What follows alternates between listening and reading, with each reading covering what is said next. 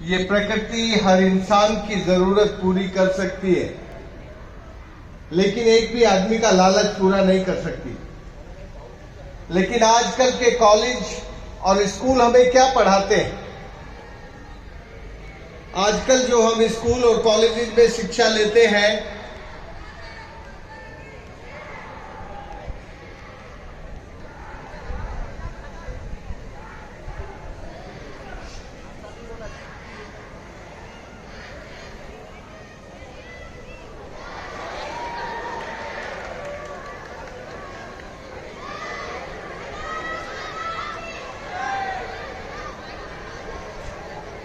आप सबका स्वागत है।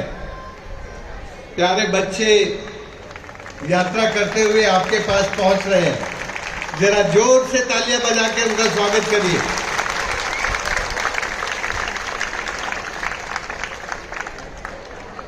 वर्धा शहर इस देश का एक ऐसा शहर है जहां से आजादी की आवाज उठी और इस देश को आजादी मिली। आज हमारी नदियां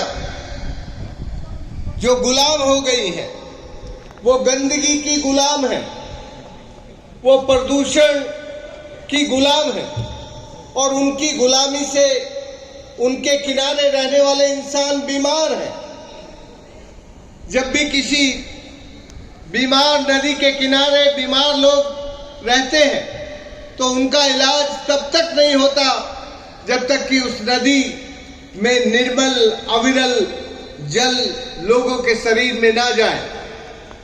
प्यारे बच्चों, हम जो आज शिक्षा ले रहे हैं, उस शिक्षा में नदी की बीमारी और आदमी की बीमारी का रिश्ता नहीं पढ़ाया जाता। हमें आदमी की बीमारी नदियों की बीमारी से क्या संबंध रखती है, नदियों की आजादी आदमी की आजादी की तरह क्यों जरूरी है, ये जानना बहुत जरूरी है। यदि हमारी नदियों में अमृत नहीं बहेगा तो भारत में अमृत महोत्सव मनाना झूठ होगा।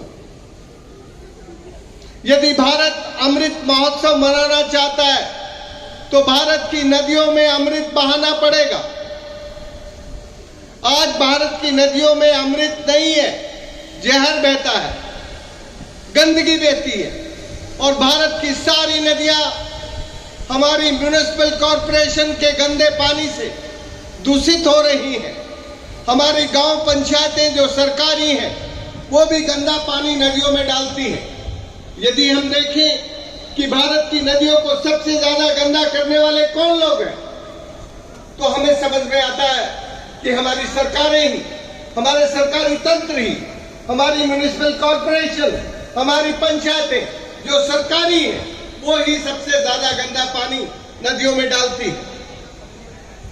अब वो वक्त आ गया है कि जिस तरह से 75 साल पहले भारत में आजादी का आंदोलन था, उसी तरह नदियों की आजादी के आंदोलन की जरूरत है।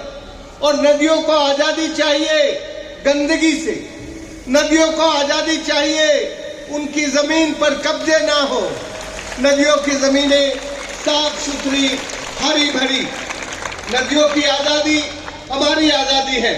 प्यारे बच्चों, मेरी उम्र के लोग जो अब 30-35 साल ही ज्यादा जिएंगे, लेकिन तुम्हें तो 80 साल जीना है। यदि तुम्हें 80 साल जीना है तो जरा कल्पना करो कि यदि तुम्हारी नदी बीमार होगी तो तुम कैसे जियोगे 80 साल? कैसे जियोगे? जीना चाहते हो कि नहीं? जीना चाहते हो तो फिर नदियों को जिंदा करना पड़ेगा, नदियों का इलाज करना पड़ेगा।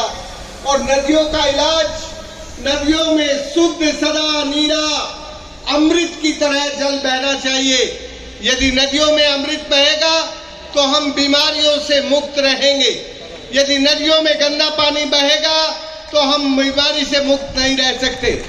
इसलिए इस कॉलेज ने आज बापू के जन्मदिन पर अपनी अपने वर्धा के विद्यार्थियों को बुलाकर आजादी का दिलचस्पी ली है। महाराष्ट्र सरकार अपनी नदियों को अविरल निर्मल बनाने के लिए, उनका आड़ा खेड़ा तैयार करने के लिए अपनी 75 नदियों की परिक्रमा आज से शुरू करेंगे। इस परिक्रमा को करने का काम हमारी जल बिरादरी, जो जल के लिए काम करने वाले लोग हैं, वो इन नदियों की यात्रा करके नदियों का आड़ा खेड़ा तैयार करेंगे और नदियों की बीमारी को डायग्नोज करेंगे कि कौन सी नदी किस तरह की बीमारी से ग्रस्त है और उस बीमारी का इलाज कैसे हो सकता है। ये काम महाराष्ट्र सरकार ने अच्छे से किया है। मैं महाराष्ट्र सरकार को इस बापू के जन्मदिन पर, लाल बहादुर शास्त्री के जन्मदिन पर, लाल बहादुर शास्त्री को आप जानते हैं, उन्होंने पहली बार भारत की भूमि पर जय जवान जय किसान का नारा दिया था। तो जब तक भारत की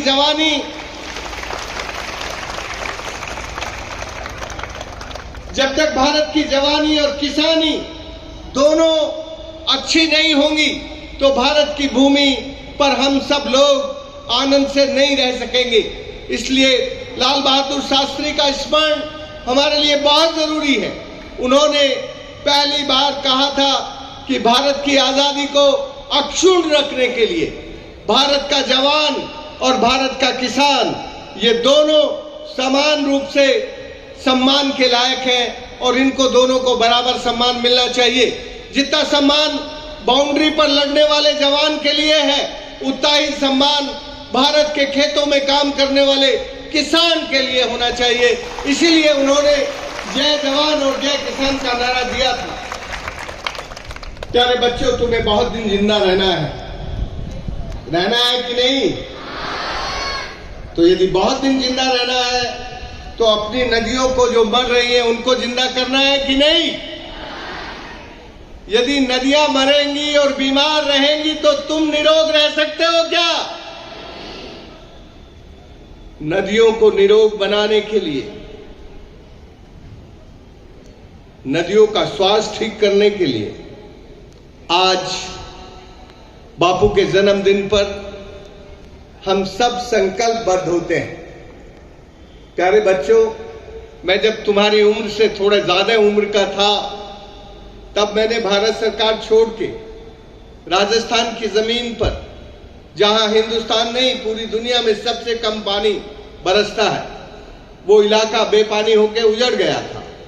उस इलाके में जवान लोग नहीं रहते थे, केवल बूढ़े लोग रहते थे और वो भी सब रतौंधी रोग से बीमार थे। तो मैं डॉक्टर था, मैंने उनका इलाज किया और इलाज करने के बाद वो कहने लगे, ओ राजेंद्र, माने थारी दवाई और पढ़ाई को नहीं चावे, माने तो पानी चावे है।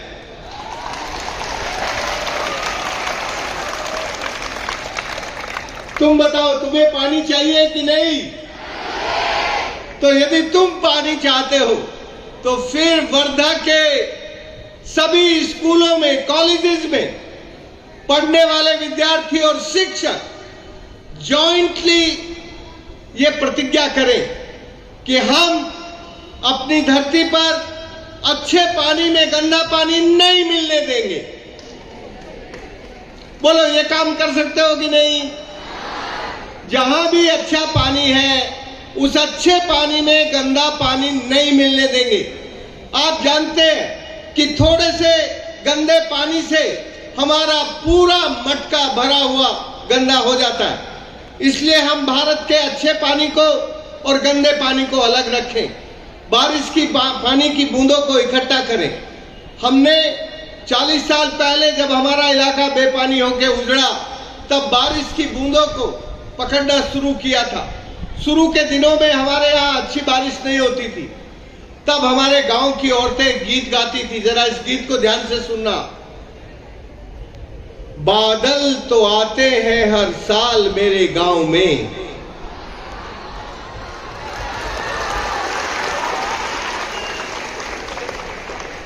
पर बरसते नहीं है वो,